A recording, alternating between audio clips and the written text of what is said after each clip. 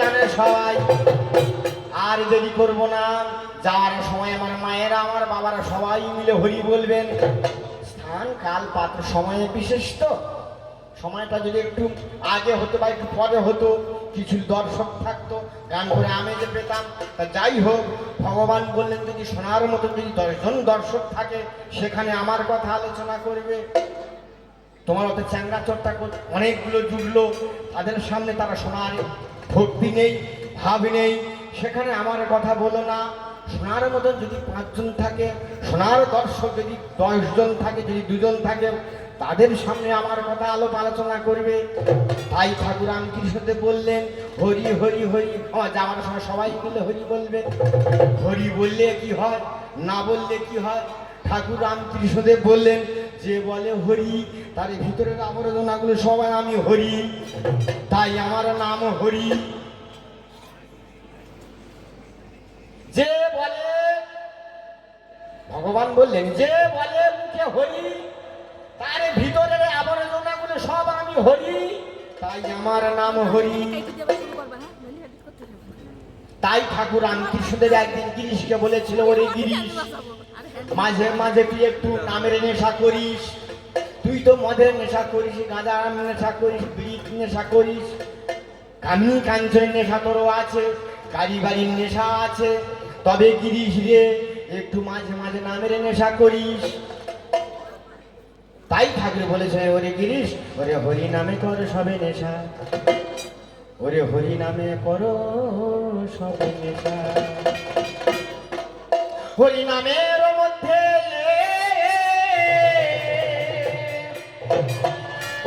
আপনি হরি, ও ডাকিলে পাবি তারে দেখা রে মন আমার।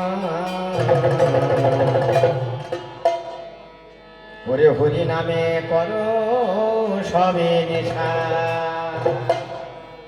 হরি হরি হরি বললে কি হয়? ঠাকুর বললেন যে বলে হরি, তার ভিতরের আবর্জনাগুলো সব আমি হরি, তাই আমার নাম হরি। আমার মায়েরা চিন্তা ভাবনা করছে না আমাদের ভিতরে আবর্জনাগুলো কোথা থেকে আসবে। আমরা দুবেলা সাবান ঘষাঘষি করছি, শ্যাম্পু ঘষাঘষি করছি, আবার আবর্জনা কোথা থেকে আসবে না বোমা না, এগুলো বাইরের আবর্জনা উঠছে, কিন্তু ভিতরের আবর্জনা বাবা যাচ্ছে না। ও বাবা, ভিতরের আবর্জনা কি গো? আমাদের ভিতরে জন্ম জন্মান্তরের আবর্জনা আছে। কি সেগুলো? মিথ্যা, অহংকার, হিংসা, পরস্পর কাতরতা। এগুলো কোনো ডাক্তারে সারাতে পারে না, এগুলো কোনো মাস্টারে সারাতে পারে না, এগুলো কোনো কোনো গ্রামের বড় বড় নেতারা সারাতে পারে না। এগুলো কোথায় সারে, কারা সারাতে পারে? একমাত্র সৎসঙ্গ, সাধু সঙ্গ, হরি নামের জোরে এইসব আবর্জনাগুলো সরে। তাই ঠাকুর রামকৃষ্ণদেব বলেছিলেন, ওরে গিরিশ, সময় পেলে মাঝে মাঝে একটু নামের নেশা করিস, হরি নামে করো সবে নেশা, হরি নামে করো সবে নেশা, হরি নামে করো সবে নেশা।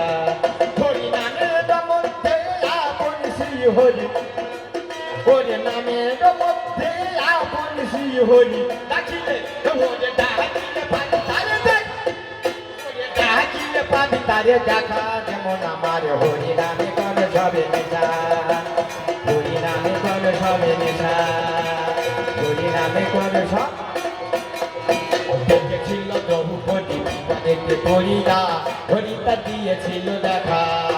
ও দেখেছিল দ্রৌপদী বিপদেতে পড়িয়া, হরিতা দিয়েছিল দেখা।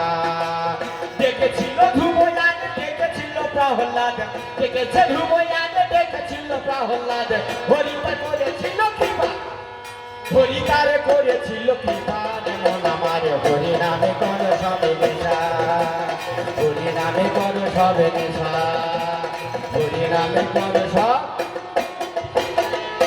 আস্তে আস্তে আস্তে আস্তে ঠাকুর রামকৃষ্ণদেব একদিন কল্পতরু উৎসব করেছিলেন। উৎসব আনতে সকল ভক্তবৃন্দ ঠাকুরকে প্রণাম করে চলে যাচ্ছেন। ঠাকুর সবার মস্তকে হস্ত দিয়ে একটা কথা বলেছিলেন, তোদের চৈতন্য হোক। হ্যাঁ গো, ঠাকুর এই কথা বললেন কেন যে তোদের চৈতন্য হোক? ঠাকুর 10টা কথা বলেনি, 5টা কথা বলেনি, একটা কথা সবসময় ভক্তদের মস্তকে হস্ত দিয়ে একটা কথা বলতেন, তোদের চৈতন্য হোক। কেন? ঠাকুর তো বলতে পারতেন তোদের গাড়ি হোক, তোদের বাড়ি হোক, তোর ছেলেরা বড় বড় চাকরিজীবী হোক, তোর ছেলেরা বড় বড় গ্রামের ডাক্তার হবে, বা তুমি ডাক্তার হবে বা মাস্টার হবে, বা তোমার ছেলেরা গ্রামের বড় বড় নেতা হবে, এ কথাটা বলতে পারতেন না। ঠাকুর সবসময় একটা কথা বলতেন, তোদের চৈতন্য হোক। ঠাকুর জানতেন যে দিনের পর দিনই জনসংখ্যা বেড়ে যাচ্ছে, কিন্তু একটা মানুষের সংখ্যা বাড়ছে না। তাই মাথায় হাত দিলে যদি এদের চৈতন্য হয়, এদের চৈতন্য হলে তবে এরা সেই চৈতন্য দর্শন পাবে। আগে আসতে হবে জ্ঞান চৈতন্য, তারপর দেখা যাবে শ্রী চৈতন্য। তাই ঠাকুর ভক্তদের মস্তকে হস্ত দিয়ে সব সময় আশিস করতেন, বলতেন তোদের চৈতন্য হোক। এই নামের জন্য সব উদ্ধার হয়ে যায়। উদ্ধার করেছিল নদিনী, নদিনী রে মীরাকে দিয়েছিল দেখা। উদ্ধার করেছিল নদিনী, নদিনী রে মীরাকে দিয়েছিল দেখা। ও গো ডেকেছিল চণ্ডীদাস, পেয়েছিল রজকিনী, ডেকেছে চণ্ডীদাস, পেয়েছিল রজকিনী।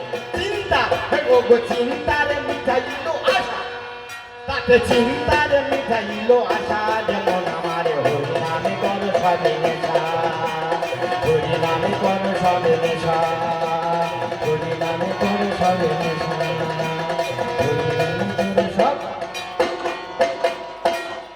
এই পর্যন্ত হলো ধ্যান চরণের ধুলো। দেখতে দেখতে কবির চর্চা রগড়ে বেঁধে গেল।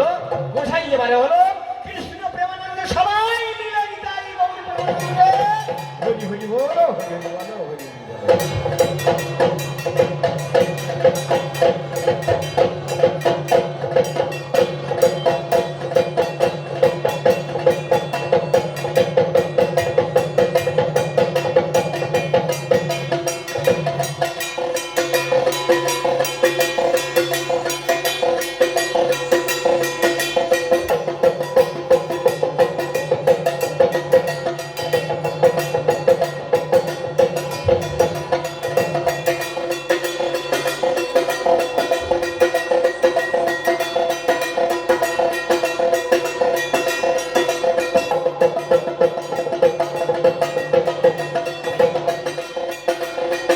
হরে কৃষ্ণ, হরে কৃষ্ণ, জয় রাধে, জয় রাধে, জয় রাধে।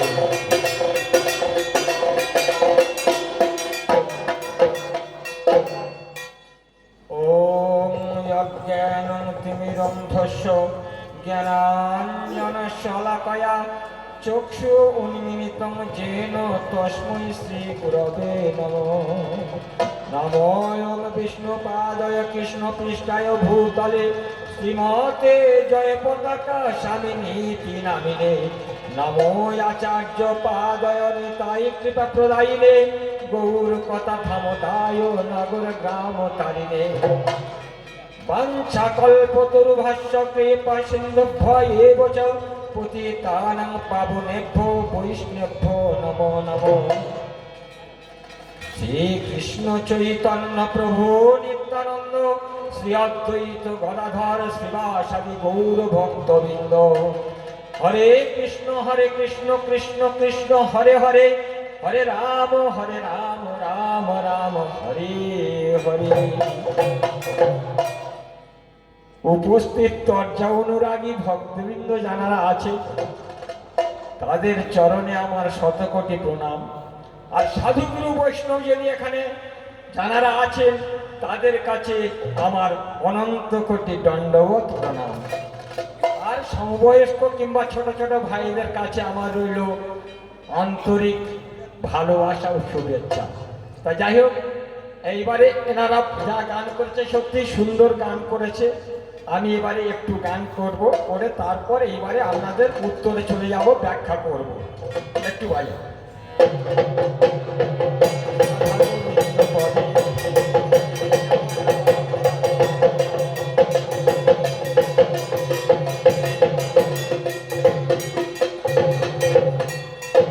জয় রাধা গোবিন্দ পদে মজরে আমার পাগল মন।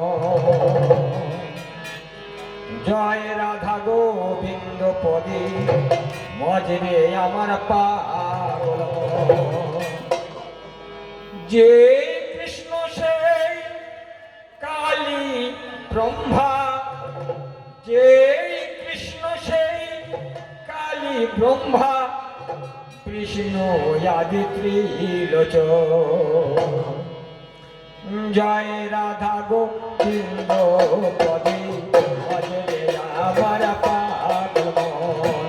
জয় রাধা গোবিন্দ পদে ভজরে আমার পাগল মন।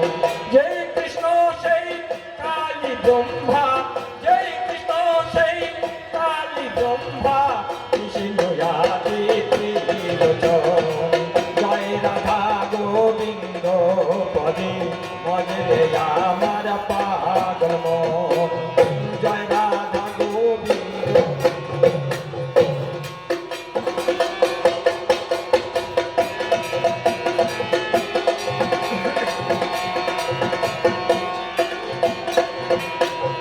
তোলো নাথে তোলো হরি, আমি লয়েছেন রায় কিশোরী।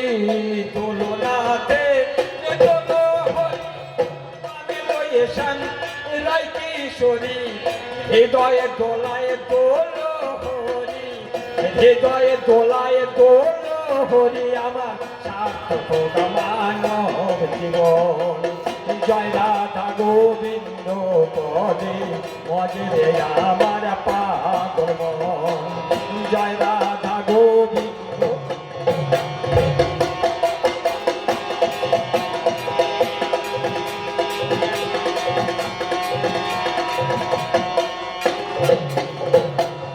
অর্জুনেরা ফের সারথি হয়েছিলেন যদুপতি। অর্জুনেরা ফের সারথি হয়েছিলেন যদুপতি। তার বাহন হলো খগপতি, বাহন হলো তার খগপতি। বিশ্বরূপ করাও কসর। জয় রাধা গোবিন্দ পদে ভজরে আমার পাগল মন। জয় রাধা গোবিন্দ পদে।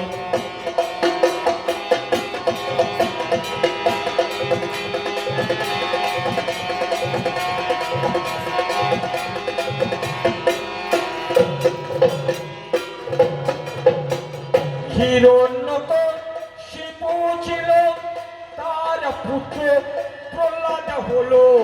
হিরণ্যকশিপু ছিল তার পুত্র, প্রহ্লাদ হলো। হরি নামে মেতে গেল, হরি নামে মেতে গেল, বাঁচালে গো তার জীবন। জয় রাধা গোবিন্দ পদে ভজরে আমার পাগল মন। জয় রাধা গোবিন্দ পদে। জয় কৃষ্ণ সেই কালী ব্রহ্মা, জয় কৃষ্ণ সেই কালী ব্রহ্মা, কৃষ্ণ আদি ত্রিলোচন। জয় রাধা গোবিন্দ পদে ভজরে আমার পাগল মন। জয় রাধা গোবিন্দ পদে।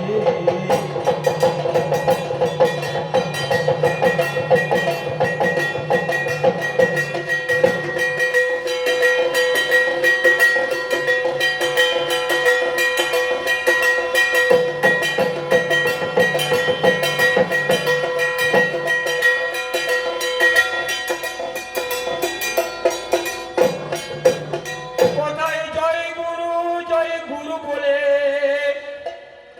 একেবারে ডাক রে আমার মন। সেই গুরু নামে দেহে পাবি মন শান্তি নিকেতন। ও কোথায় জয় গুরু বলে একেবারে ডাক রে আমার মন। সেই গুরু নামে দেহে পাবি মন শান্তি নিকেতন। ও যেমন গুরু ব্রহ্মা গুরু বিষ্ণু, আমাদের গুরু ত্রিলোচন। সেই গুরু নামে দেখল ধ্রুব অনন্ত ভুবন। ওই আমার পিতা মাতা পরম গুরু, আমি ওই সর্বশাস্ত্রে পাই। কেননা পিতা মাতা তুল্য গুরু ভারতে নাই। আমার সেই পিতা মাতা জন্মদাতা, আমি ওই হেষ্ট করি মুন্ড, যাদের করুণা গুণে হয়েছে সাথে এই বিশ্ব ব্রহ্মাণ্ড। সেই পিতা মাতার পদরজে প্রণাম করা হলো আমার আদি পুরুষ নিরঞ্জনের প্রণাম রহিল।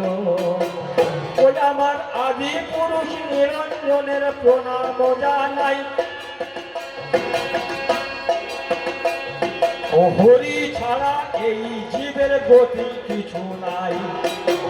আমি তাই সর্বয়ত্রে প্রণাম করি ধর্ম নিরঞ্জন, জানাই আদি নাই আর অন্ত নাই সেই সলিলে শয়ন। ওই এখন কে বুঝিবে হরি তোমার, হরি গো চারি যুগের লীলা। একদিন বানর মুখে গাওয়া লেগির জলে ভাষাও শিলা। ও দেখুন ভাষ্যে শিলা চিকুন কালা, একদিন শ্রীনন্দের নন্দন। হেয়চ যশোদার দুধ বিদুরের খুদ লক্ষ্মী নারায়ণ। এক পদ গয়া সুরে পলির শিরে ও চরণ দিলেন দয়াময়। আবার ভাগ্যক্রমে কালী ও নাগা পেয়েছিলেন মাথায়। দেখে তাই দাঁড়াও হরি প্রণাম করি, ও তোমার ধ্বজ বজ্জান কুশে। অহল্যা শিলা ছিল মানবী হলো ওই চরণ পরশে। তাহলে হরির পদে সর্বপ্রথম প্রণাম করা হলো। একদিন আয়ানকে ভোলাবে বলে কালী সেজেছিল। আসতে এখন মায়েরা এখানে দেখতে পাচ্ছি অঙ্কে এখন মায়েদের ভাগ বেশি, তাই মায়েদের একটু ভক্তি জগতের দিকে যাব, কারণ এখানে রতিরঞ্জিত হবে না। কেন? কারণ আমরা বহু দূরের মানুষ এসেছি, দক্ষিণ 24 পরগনা ডায়মন্ড হারবার থেকে এসেছি। এখানকার মায়েরা কিংবা বাবুরা কিভাবে শাস্ত্র কথা নেয়, কিভাবে বোঝে, সেগুলো সে সম্বন্ধে আমার তো অভিজ্ঞতা নেই। তাই যতটুকু সম্ভব মা আপনাদের নিজের ছেলে হিসাবে আপনারা একটু মেনে নিও। হ্যাঁ, ভুল ত্রুটি তো হতে পারে মা, কোথায় কোন কথা বলবো, কেমন শাস্ত্র কথা বলবো। তবে এটা হলো কি জানে, এটা হলো সাংস্কৃতিক ধর্ম। এই যে তরজা, প্রথমে একটা সূত্র বলে দিই। তরজা মানে কি? নানান রকম বিভিন্ন শাস্ত্র নিয়ে আমাদের পরিচর্যা করা, এইটাই হলো আমাদের ইয়ে। এটা বৈদিক শাস্ত্র হোক, অন্যান্য শাস্ত্র হোক, এই শাস্ত্রের কথা নিয়ে আলোচনা হবে। সেই কারণে এটাকে বলা হয় সাংস্কৃতিক অনুষ্ঠান। আর সংস্কৃত শব্দের অর্থটা কি মা? মানুষ অজ্ঞানতার অন্ধকারের মধ্যে পড়ে আছে, সেই অজ্ঞানতার অন্ধকার কূপ থেকে সেই সব মানুষকে তুলে এনে তাদের মধ্যে জ্ঞানের প্রদীপ জেলে দেওয়ার নাম হলো সাংস্কৃতিক ধর্ম। অর্থাৎ অজানা জিনিস শাস্ত্রের মধ্যে যেগুলো লুকিয়ে আছে সেই জিনিসগুলো তুলে নিয়ে মানুষকে জানিয়ে দেওয়া, এইটাই হলো সাংস্কৃতিক ধর্ম।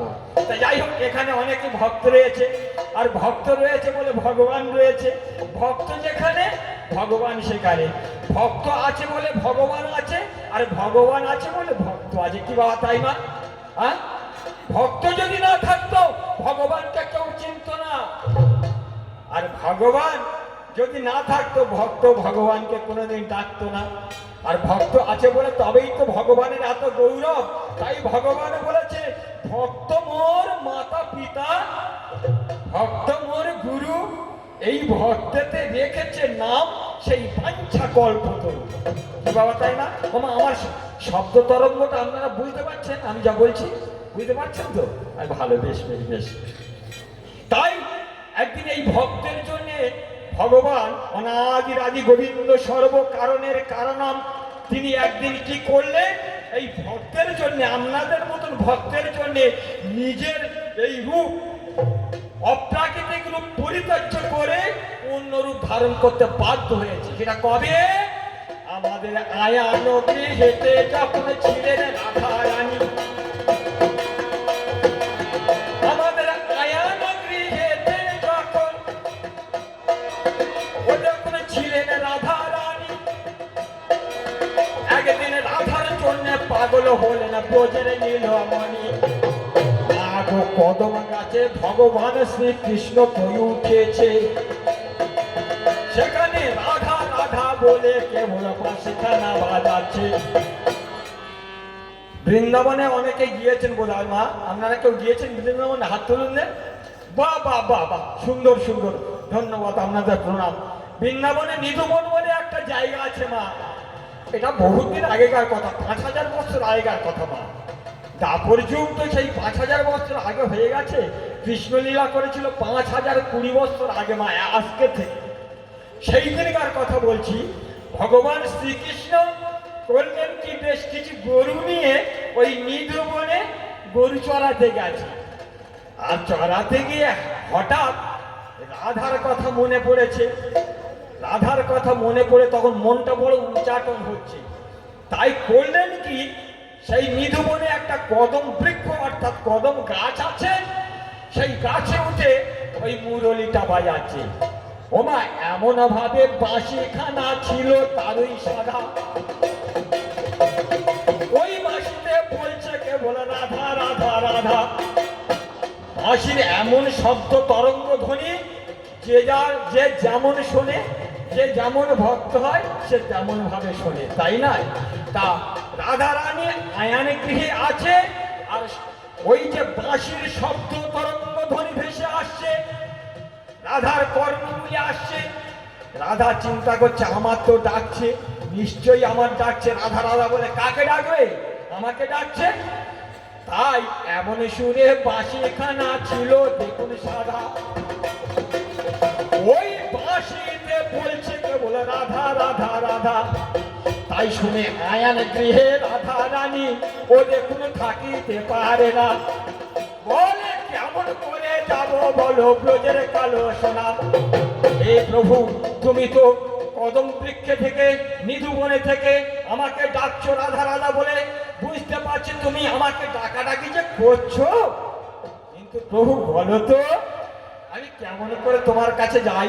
কারে আমি তো একটা কুলের কুলবধূ, বাড়িতে আমার শাশুড়ি আছে, ননদি আছে, স্বামী আছে, তাদের ফেলে কেমন করে আমি যাব বলো প্রভু? তা শুনেছি তুমি ভক্তের ভগবান, তুমি যদি কৃপা করে কৌশল করে আমাকে যদি নিয়ে যেতে পারো, তাহলে তোমার কৃপা গুণে আমি তোমার কাছে যেতে পারি।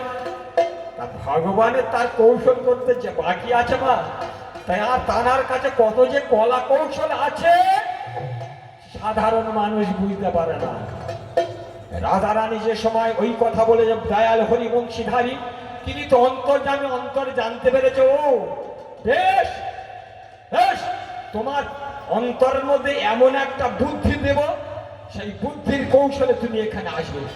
ধীরে ধীরে আপনারা শুনে নিন ভগবান শ্রীকৃষ্ণ রাধা রানীর মধ্যে কেমন যুক্তি দিল, কেমন বুদ্ধি দিল, কেমন কৌশল দিল। সেই কৌশল নিয়ে কি করলো, এমন বুদ্ধি দিয়েছে রাধা রানী বুঝতে পেরেছে, অন্তরে মনে মনে করছে এইরকম ব্যবস্থা করলে ঠিক যেতে পারবো। তাই রাধা রানী করলেন কি মা, ঘরেতে কলসি ভরা জল ছিল, মা ফেলে তখন ছিল। ঘরেতে কলসি ভরা জল ছিল, মা ফেলে তখন দিল।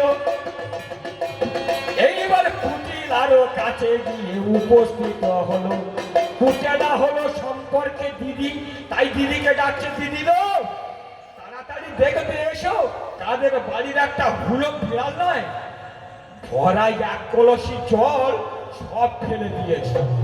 কেমন বুদ্ধি খাটিয়ে দিল এখন ঠাকুর, অন্তরে জানিয়ে দিল। জল ভরা কলসিটা ফেলে দিয়ে আর কুটিলাকে বলছে একটা বিড়ালে হুলো বিড়ালে সব জল ফেলে দিয়েছে। কুটিলা এসে দেখে তাই তো জল পড়ে রয়েছে। তা গৃহস্থের বাড়িতে মা খাওয়ার জল ফুরিয়ে গেলে তো আনতে হবে, আর আগেকার দিনে তো এখানে এরকম টিউবওয়েল ছিল না, ওই সরোবর দিয়ে জল আনতে হতো, পুকুরের জল বা গঙ্গার জল বা নদীর জল তখন খেতে হতো। তাই কুটিলা বলছে, কুটিলে জল পড়ে গেছে, তা গৃহস্থের বাড়িতে জল ফুরিয়ে গেছে, তা একটু জল আন। সুযোগটা করে নিয়েছে। যে সময় কুটিলা বলেছে যা জল আন বাঁধে, রাধারানী করলেন কি, এই এইবারে কলসি লইয়া হেলে তুলে, এইবারে কলসি লইয়া হেলে তুলে গো, ও দেখুন জল আনিতে গেল, আর জল আনার ছল করে নিধু বনে পৌঁছালো। জল আনা তো ওর উদ্দেশ্য নয় তোমার, উদ্দেশ্য হচ্ছে ভগবানের কাছে যাওয়ার উদ্দেশ্য। এটা তো ছল করে জলটা ফেলে আর নাম এই যমুনাতে জল আনতে চলে এসেছে কুটিলার কথা শুনে। কিন্তু এইবারে ধীরে ধীরে যে সময়ে নিধুবনে পৌঁছালো, রাধা ওই দেখতে পেয়ে দয়াল হরি নিচেই নেমে এলো। এবারে রাধার সঙ্গে সেই সময়ে বাবা গো কথোপকথন হলো। এদিকেতে জল আনা দেরি হয়ে গেল, আসতে এদিকে জল আনতে দেরি হচ্ছে। বাড়িতে জটিলা আর কুটিলা চিন্তায় পড়ে গেছে, কি ব্যাপার, নতুন বউকে ঠিক দুপুরে জল আনতে যে পাঠালাম, এত দেরি হচ্ছে কেন? হয়তো জল আনতে গিয়ে বোধহয় কোন রকম হয়তো জলে পা স্লিপ খেয়ে পড়ে যেতে পারে, ডুবে যেতে পারে, সাঁতার তো জানে না। চিন্তায় পড়ে গিয়ে কি করলে, জটিলা বলছে কুটিলা একবার দেখে আয়। যে সময় এই কথা বলেছে, এইবারে কুটিলা ওই ধীরে ধীরে ও দেখুন সরোবরে গেল। এইবারে কুটিলা ওই ধীরে ধীরে গো, ও দেখুন সরোবরে গেল। সেইখানেতে রাধা সতীর চোখে নাই দেখলো, কি সর্বনাশ। প্রতিদিন এই নদীতে এসে এই ঘাটে থেকে রাধা সতী জল নিয়ে যায়, আমি তো দেখতে পাচ্ছি না, কি জলে ডুবে মারা গেল। চিন্তায় পড়ে গেছে। এইবারে চিন্তা করে এদিকে ওদিকে টাকা ফেলে গেছে। ভগবান চিন্তা করে এইবারেতে এদিকে ওদিকে টাকা ফেলা গেল। যাকে দূরেতে নিধু বনে বলতে মেতে রই, ও সর্বনাশ। চিন্তায় করে এদিক ওদিক চারিদিকে তাকাতে তাকাতে দেখে নিধু বনের সেই কদম বৃক্ষের তলাতে সেই গরু চড়ানো রাখালের সঙ্গে প্রেমের ঘটা ঘটাচ্ছে। কি সর্বনাশ, জল আনার ছল করে আর এই কেলে ছোড়ার সঙ্গে এরকম প্রেমের ঘটা। দূরে থেকে লক্ষ্য করে দেখতে পেয়ে সেই দূরে থেকে কুটিলা বলছে, ওরে হায় হায় রাধে, তুই কি করলি? আমাদের জাতিগুলো মানে সব খোয়ালি, তাই জল ফেলে জল আনতে এলিল হেন অসময়। হায় হায় রাধে, কি করলি? জাতিগুলো মানে সব খোয়ালি, জল ফেলে জল আনতে এলিল হেন অসময়। হায় হায় রাধে, কি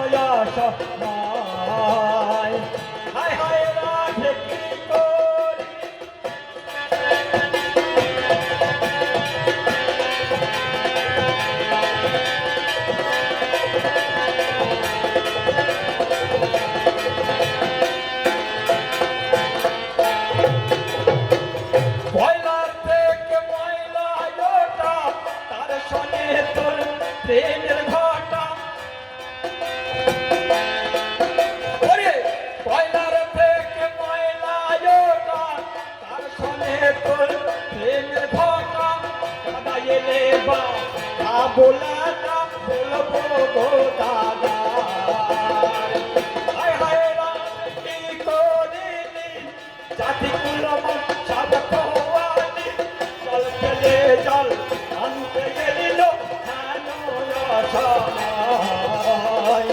হায় রাম কি করিনি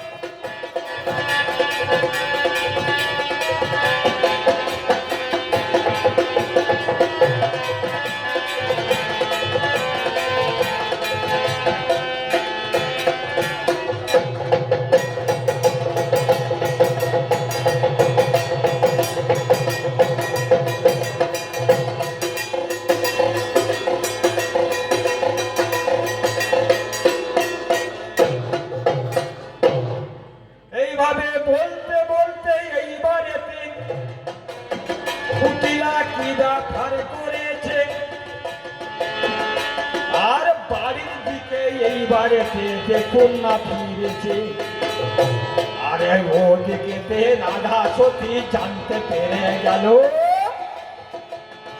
এইবার ভগবানের কাছে এইবার কহিতে লাগিল হে প্রভু গো দূরে থেকে কুটিলা যে দেখে গেল নিশ্চয়ই বুঝতে পেরেছে তোমার সঙ্গে আমি গল্প করছি তাহলে নিশ্চয়ই বাড়িতে গিয়ে সবাই কার কাছে বলবে বলবে না যে সেই গরু চড়ানোর আকালের সঙ্গে জল আনতে গিয়ে প্রেমের ঘটা ঘটাচ্ছে এইরূপ কথা যদি বাড়িতে গিয়ে বলে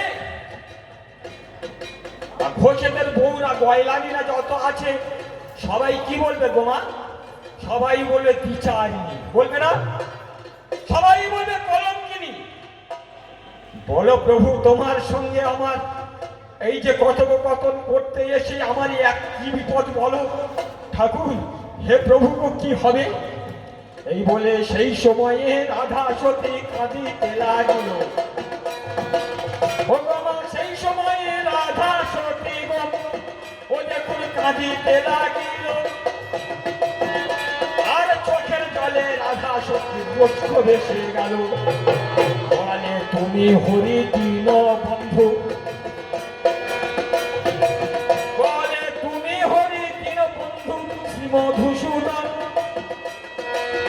আমার ওই বিপদ কালে দাও গো দেখা মদন মোহন হে প্রভু গো আমার এই বিপদ থেকে তুমি একবার উদ্ধার করো শুনেছি তুমি তো ভক্তের ভগবান তুমি অনাদিরাদি গোবিন্দ তুমি তো সর্ব কারণের কারণম তুমি অনন্ত কোটি ব্রহ্মাণ্ডের মূল কর্তাজি তুমি মারতেও পারো আর বাঁচাতে পারো তুমি মানুষকে সুখ দিতে পারো দুঃখ দিতে পারো শত শত কোটি কোটি ব্রহ্মাণ্ড তুমি তোমার মুঠোর মধ্যে সৃষ্টি করছো তাহলে তুমি সব কিছু পারো এই বলে রাধা সতী যে সময়ে কাঁদিতে লাগিল সেই সময়ে ভগবান ওই কহিতে লাগিল শোনো রাধা সতী তোমার কোনো চিন্তা নেই আমি ভক্তের উদ্ধারের জন্য ধরার মুখে আমি অবতীর্ণ হয়েছি বাবা তাই জানারা গীতা পাঠ করে গীতাতে দেখবেন শ্লোকে আছে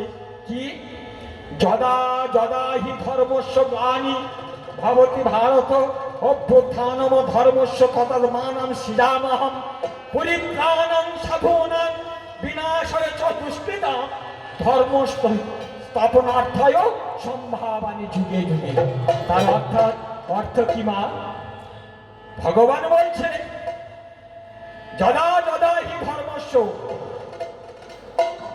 গ্লানি যখন যখন ধর্মের গ্লানি হয় আর অধর্মের প্রাদুর্ভাব হয় সেই সময় আমি কি করি সেই অধর্মকে বিনাশ করে আমি ধর্মরাজ্য স্থাপন করি তাই না আর অভক্তকে বিনাশ করে আমি ভক্তের মান রাখি তুমি অত চিন্তা করছো কেন তা না হলে গীতার প্রথম উদ্দেশ্য প্রথম বাণীটা কি হয়েছিল ধর্মক্ষেত্র কুরুক্ষেত্র সমবেত যুবসভা মামকা পাণ্ডবাশ্চৈব কিম কৌরব সঞ্জয় কি বাবা লেখা নেই গীতার প্রথমবারে কেন তিনি করেছিল যে দুর্যোধন অধর্মের রাজত্ব করছে পাণ্ডবদের উপর সর্বদাই হিংসা করছে অথচ পাণ্ডবরা হচ্ছে ধর্মশীল, যুধিষ্ঠির মতন ধর্মশীল কেউ হতে পারেনি আজ পর্যন্ত।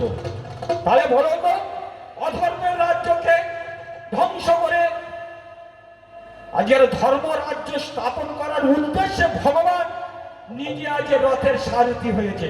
হয়নি বাবা? গীতার প্রথম বাক্য হচ্ছে এটা। বলুন, অন্যায় কিছু বলছি?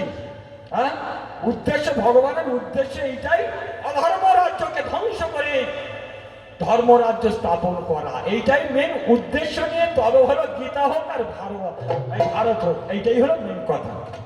তাই যাই হোক, তোমার অত চিন্তা করতে হবে না, তোমাকে আমি সবকিছু হাত থেকে আমি মুক্তি করো। তবে তোমাকে একটা কাজ করতে হবে রাধে। বলো প্রভু, আমাকে কি করতে হবে? বলছে দেখো, এই নিধুবনে বনপুষ্প আছে, অর্থাৎ ফুল ফুটে আছে, ফুল তুলে এনে আমাকে পূজা করো। হ্যাঁ, তারপর তোমার সব ব্যবস্থা করবো। আমার উপর একাগ্র মনে ভক্তিভাবে আমাকে পূজা করো। যে সময়ে দয়াল হরি এই কথা বলেছে, আমাদের যে সময়ে দয়াল হরি ও গমা এই কথা বলেছে, জঙ্গলের এই পুষ্প তখন তুলিতে লেগেছে। একটা বরণ ডালায় নিয়ে তখন পূজা করতে বসলো। সেই সময়ে দয়াল হরি কি ব্যাপার করিল, সেই সময়ে দয়াল হরি মাগো কি কর্ম করেছে। মাগো শ্যাম রূপ ছেড়ে তখন শ্যামা রূপ ধরেছে। রাধা সতী বনের পুষ্প নিয়ে যে সময় ঠাকুরের পায়ে দিয়ে পুষ্পাঞ্জলি দিতে যাবে, হেন সময় দয়াল হরি বংশীধারী ভগবান করেছেন কি মা, সেই নিজের রূপ ছেড়ে দিয়ে, অর্থাৎ শ্যামরূপ ছেড়ে দিয়ে এইবারে শ্যামা রূপ ধারণ করেছে। শ্যামা বলতে কালী আর শ্যাম বলতে কৃষ্ণ, তা কৃষ্ণ ছেড়ে দিয়ে কালী রূপ ধারণ করেছে। তখন রাধা সতী এইবারে পূজা করছে আর কি বলছে, তুমি সাজলে কালী, তুমি সাজলে কালী বনমালী, আমার ঘুচালে জ্বালা। ও তোমার হাতের বাঁশি করলে অসি, ও তোমার হাতের বাঁশি করলে অসি, ও ঠাকুর পদেতে ভাঙড় ভোলা, ও ঠাকুর পদেতে ভাঙড় ভোলা। আহা সাজলে কালী বনমালী, ঘুচালে জ্বালা। সাজলে ঠাকুর কা মানে রূপ, নিজের রূপ ছেড়ে দিয়ে শ্যাম রূপ ছেড়ে দিয়ে শ্যামা রূপ ধারণ করে আছে। আর কুটিলা তো দেখে গেছে কালো কেষ্টছড়া রাখাল কৃষ্ণকে দেখে গেছে। ও বাড়িতে যে সময় ঢুকেছে, এদিকে মথুরার হাটে দই ঘোল বিক্রি করে আয়ান ঘোষ বাড়িতে ফিরেছে, যেই কুটিলার সঙ্গে দেখা। কুটিলার আগে তো গড় গড় করছে, দাদাকে কখন বলবো এই কথা। যে সময় দই ঘোল বিক্রি করে বাড়িতে ফিরেছে, আর কুটিলা সেই নিধুবনে থেকে দেখে এসে তাড়াতাড়ি করে দাদার হাতখানটা ধরে বলছে কি, দাদা তুই দেখবি আয়না নিধুবনে গিয়ে, রাধা কইছে কথা কৃষ্ণের সামনে। দাদা তুই দেখবি আয়না নিধুবনে, রাধা কইছে কথা কৃষ্ণের সামনে। ও তখন কুটিলার কথা শুনে, ও তখন কুটিলার কথা শুনে আয়ানের গায়ে দেওয়ালো জ্বালা। আয়ানে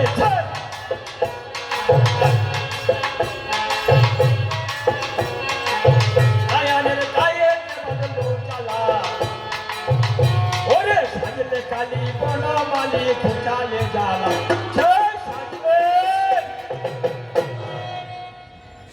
কুটিলা আয়ানের হাতখানটা ধরে টানতে টানতে আনছে। মাগো এতক্ষণ বলছে একটু বুঝতে পারছেন না, অল্প বুঝতে পারছেন তো? যাই হোক, আমি তো জানি না যে কেমন আপনারা নেবেন। বাবুরা কি বলেন, বুঝতে পারছেন? বাহ বাহ বাহ বাহ, এইটুকুই শুনে শান্তি। আপনারা সবাই বুঝতে পারছেন? হ্যাঁ, ভালো লাগছে নাকি বাবা? কারণ এখানে তো জানি না, নতুন এসেছি তাই। তো যাই হোক, আয়ান ঘোষের হাতটা ধরে কুটিলা টানতে টানতে নিয়ে আসছে, বলে দেখবি চল, তোদের বউকে তুই বড়াই করিস যে আমাদের সতীনারী রাধা আজকে হাতে নাতে দেখিয়ে দেবো তোদের বউ অসতী, কারণ সেই কৃষ্ণের সঙ্গে প্রেমে মেতে আছে দেখ। বলে এইবার হাত কানটা ধরে যখন টেনে টেনে নিয়ে যাচ্ছে,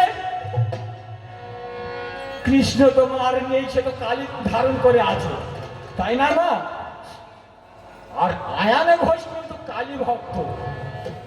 আয়ান দেখছে কালী, আর কুটিলা দেখছে কৃষ্ণ, ভগবানের লীলা খেলা। হ্যাঁ, আয়ান ঘোষ দেখছে কালী, আর কুটিলা দেখছে কৃষ্ণ। আয়ান ঘোষ দেখতে পাচ্ছে কালী পূজা করছে, ও বলে এই তো তোর কালো ছোড়া, কেলে ছোড়া কৃষ্ণ, রাগ করবে না? কালী পূজা করছে আর তুই বলিস কৃষ্ণ পূজা করছে? শোন কুটিলা তোরে বলি,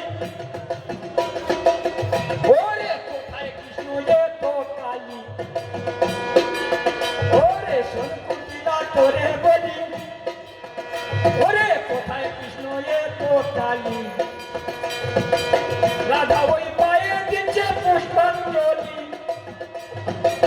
রাধা ওই পায়ে দিচ্ছে পুষ্পাঞ্জলি, হাতে নিয়েছে ফুলের ডালা, হাতে নিয়েছে ফুলের ডালা। সাজলে কালী জয়, সাজলে কালী বলা মালি সন ঘুচালে জ্বালা, জয় সাজলে। তাহলে বলুন দেন মা, বলেছি না ভক্তের ভগবান নাই কি মা? কেন বললে? ভক্তের মানই রাখার তরে শ্যাম শ্যামা রূপই রূপটি ধরে, ও মা ভক্তের মানই রাখার তরে শ্যাম শ্যামা মায়ের রূপটি ধরে। দুজনে ভেসেছিল প্রেম সাগরে,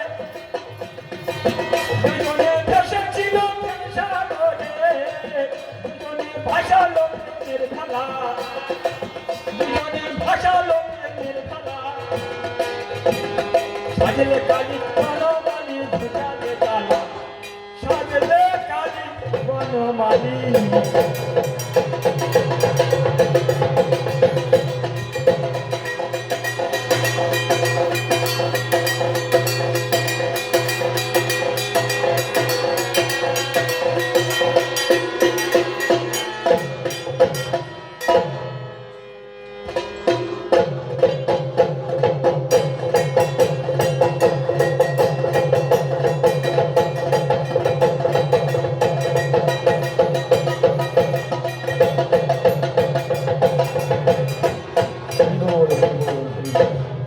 কিছু বলবে নাকি? হয় বুঝছেন সরকার। আচ্ছা আচ্ছা, তা ছোট্ট করে প্রশ্নের উত্তরটা দিয়ে দিন, একটু অনুরোধ, 5-7 মিনিট। তাহলে এই পর্যন্ত কৃষ্ণ লীলা আমার ওই বলা কওয়া গেল।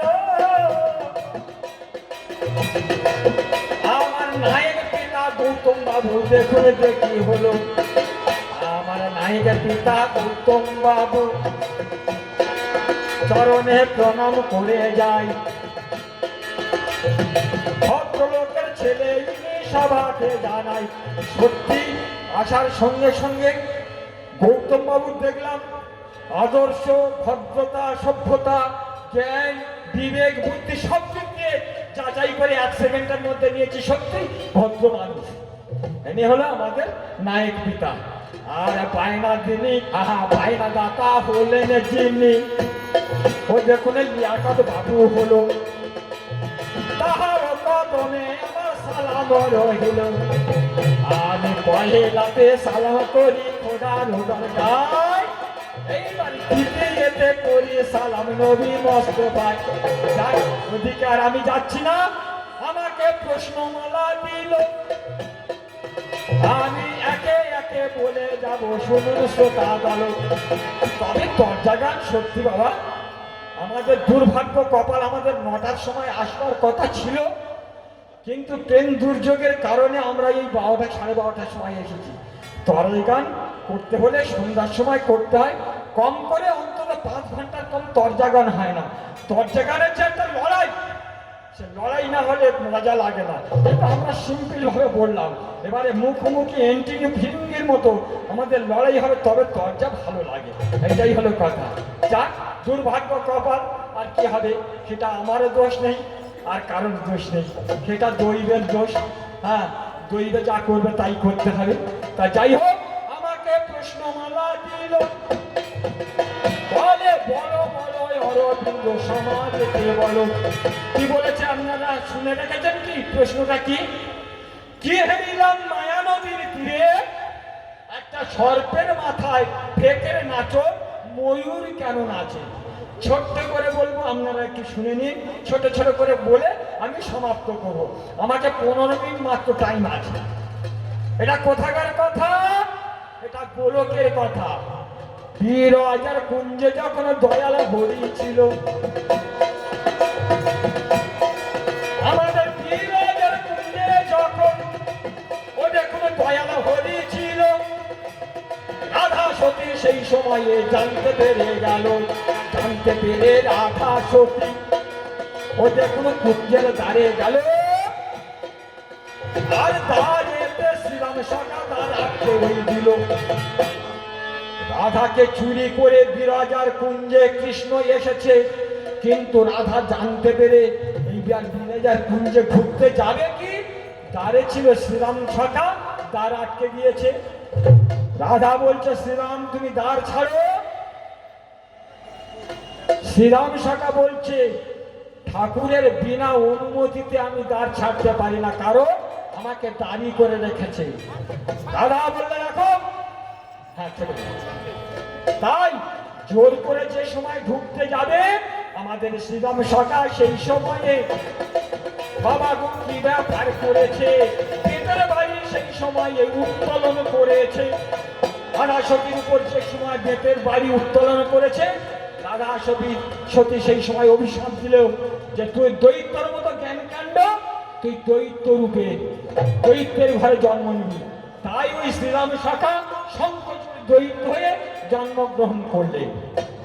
আর একটা আর কি হয়েছে, যে সময় ভিতরে গিয়েছিল রাধা, রাধার ভয়ে বিরাজা হলো নদী, দয়াল হরি হলো সর্প, আর জগতের জননী বিশ্ব প্রসবিনী যোগমায়া হলে একটা ঠেকিনি, আর রাধারানী হলো একটা ময়ূর। তাই বলেছে, সর্পের মাথায় ঢেকের নৃত্য, ময়ূর কেন নাচেনি। এটা বিস্তারিত ভাবে বলতে গেলে বিশাল হয়, তাই ছোট্ট করে বলে গেলাম। মা, যদি আবার বেঁচে থাকি, বাবুরা যদি করুণা করে, আবার এসে আবার বলবো, বিশ্লেষণ করে বলবো। আর একটা প্রশ্ন কি হয়েছে, আর একটা প্রশ্ন কি দিয়েছে, বাবার তবু হয়নি বিয়ে, ছেলের কোলে বউ, আকাশেতে নেই কো বৃষ্টি ছাঁচে রাখে। খুব ভালো প্রশ্ন, বিশাল বিশাল প্রশ্ন। বাবার তবু হয়নি বিয়ে, ছেলের কোলে বউ কোথায়? এটা হচ্ছে ঋষ্য সিংহ মুনির বাবা। কি ঋষি গো, ভুলে যাচ্ছি। হ্যাঁ হ্যাঁ, বিভান্ন ঋষির ছেলে ঋষ্য সিংহ, তিনি তপস্যাতে আছে। উর্বশী উপর দিয়ে উড়ে উড়ে যাচ্ছিল, উর্বশী রূপ দেখে রেতস্খলিত হয়েছিল, একটা দুর্গ ঘাসে পড়েছিল, একটা ঋতুবতী হরিণী সেই ঘাস খেয়েছিল, গর্ভে এইবার সন্তান হলো, হরিণীর গর্ভ হয়েছিল, আর মুনির ঔরসে হয়েছিল, সেই জন্য নাম হলো ঋষ্য সিংহ। সেই ঋষ্য সিংহের দুটো সিং ছিল হরিণীর মতো, আর ঋষির ঔরসে হয়েছিল, তাই ঋষ্য আর সিংহ যোগ করে নাম হলো ঋষ্য সিংহ। তা ত্রিভঙ্গ মুনির বিয়ে হয়নি, ঋষ্য সিংহ মুনির বিয়ে হয়েছে ত্রেতা যুগে। কে? রামচন্দ্রের বোন একটা ছিল, দশরথ রাজার মেয়ে, নাম হলো তার শান্তা, কেউ বলে লতা, তার সঙ্গে ঋষ্য সিংহ মুনির বিয়ে হয়েছিল। তাহলে হয়েছে বাবার কবু হয়নি বিয়ে, ছেলের কোলে বউ। ছোট ছোট করে বলে দিচ্ছি বাবা। আর একটা কথা কি, যে হ্যাঁ, চোর গেল চুরি করে, মালিক পড়লো ধরা, হাইকোর্টে বিচার হলো, উকিল 3 জন মারা। খুব মজার গল্প। চোর গেল চুরি করে, রাধার ঘরে কৃষ্ণ মাঝে মাঝে যাতায়াত করে, কেউ ধরতে পারে না, কারণ মতো চোরের শিরোমণি রে বাবা। একদিন কি করেছে, ভগবান শ্রীকৃষ্ণ বাঁশি ফেলে এসেছে, সকালে জটিল আর কুটিলা রাধার ঘরে সেই বাঁশিটা পেয়ে বলে, এই তো চোর হাতে নাতে ধরেছি, এটা কৃষ্ণের হাতের বাঁশি। এইবারে সেই বাঁশিটা নিয়ে গয়লাপাড়ায় সকল আর জানিয়েছে, আজকের এই বিচার হবে, কৃষ্ণ আমাদের ঘরে আসে। কিন্তু ভগবান বুঝতে পেরে বললো, চোর তো এইবার ধরা পড়লে কি করে, তাই ভগবান সকলার ঘরে ঘরে বাঁশি ফেলে দিয়েছে। এইবারে গয়লানিরা আর গোয়ালারা এইবারে বিচার সভায় বসেছে। কুটিলা বলে, এই দেখো চোর ধরে ফেলেছে এই কৃষ্ণের হাতের বাঁশি। গয়লানিরা বলে, ও দিদি ঠিক এইরকম বাঁশি আমার ঘরে 2টো কালকে রাত্রে পড়ে আছে। আর একজন বলে, আমার ঘরে 4টে পড়ে আছে। সবাই বাঁশিগুলো যখন এনেছে, এরা আর মুখ করতে পারছে না, 3 জন, জটিলা, কুটিলা আর আয়ান ঘোষ। হ্যাঁ, এরা মরায় মরি, আর মুখ যখন না করতে পারছে, মানুষ যখন না কথা বলতে পারে, সে তো মরায় মরি হয়ে থাকে। তাই বলেছে, চোর গেল চুরি করে, মালিক পড়লো ধরা। আর ভগবানের যেখানে বিচার হয়, সেটা এই নিচের কোর্ট নয়, হাইকোর্ট ছাড়া ভগবানের বিচার কি হয়? সকল আর বড় কোর্টে ভগবানের বিচার হয়। তাই বলেছে, হাইকোর্টে বিচার হলো, হাকিম 3 জন মারা। আরে এই পর্যন্ত অল্পে অল্পে সংখ্যে পেতে গেল। আপনারা দেবেন চরণ ধুলো, এখানে মা মাসি আর জ্ঞানী গুণের প্রণাম রহিল। এইখানকার বাসিন্দা ওদের কোনো বসে আছে না, যত আজকে সরকার চরণে অরবিন্দ করেন মাথা নত। মেলা কমিটির মেম্বার যারা চরণে প্রণাম করে যায়, আপনাদেরই রাঙা চরণ হিসেবে বাজারে পাই। তাহলে এই পর্যন্ত হলো, আপনারা দেবেন চরণ ধুলো, আর চাঁদ বলনে চাঁদে হাটে সবাই মিলে গৌর প্রেমানন্দ পান।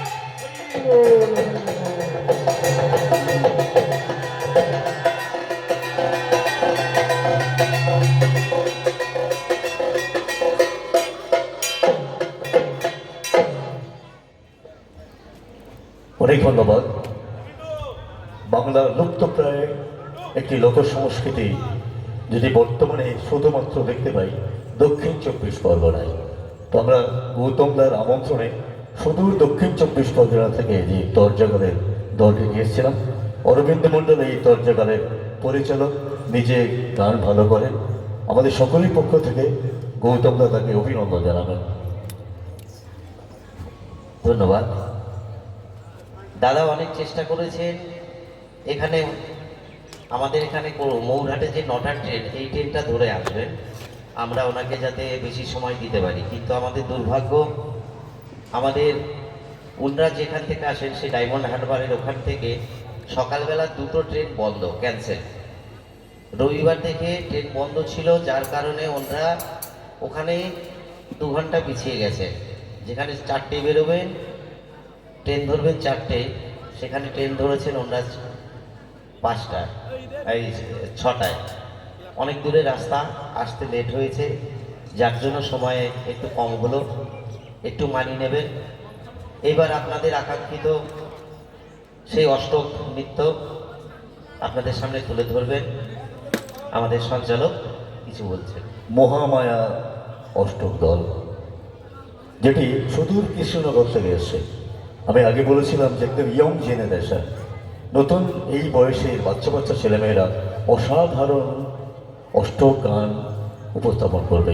আপনারা জানেন, কাছাকাছি অষ্টম গানের কম্পিটিশন হয়, এরা প্রতি বছর সেখানে প্রাইজ পায়। সেই দলটি গৌতমদা অনেক কষ্ট করে জোগাড় করেছেন, কিন্তু আমাদের সময়টা বড় অসময়। ঠিক এই সময়ে দুপুরবেলা অষ্টম গানে শ্রোতা পাওয়া যায় না। আমরা চেয়েছিলাম সন্ধ্যে হলে ভালো হতো, কিন্তু তাদের তারা আছে। সন্ধ্যায় যদি এই দলটি আমরা মঞ্চে উপস্থাপন করতে পারতাম, আমি বিশ্বাস করি আজকে এই মাঠে হয়তো জায়গা হতো না। এত ভালো দল। আমি আশা করছি যারা শুনবেন, দূর থেকে যারা শুনতে পাবেন, সঙ্গে সঙ্গে আপনারা পরে যাবেন মাঠ, কারণ অনেকক্ষণ তারা গাইবেন। কবি ঈশ্বরগুপ্ত বলেছিলেন, এত ভঙ্গ বঙ্গ দেশ তবু রঙ্গে ভরা। তো বাংলার 12 মাসে 13 পার্বণ, পূজা, ঈদ, বড়দিন, বিভিন্ন উৎসবের মাঝে বিভিন্ন সংস্কৃতির মিশ্রণ আছে। তো আমাদের বাংলায় কিছু লোক সংস্কৃতি দিন দিন বিলুপ্ত হয়ে যাচ্ছে। সেরকম একটি লোক সংস্কৃতি তর্জা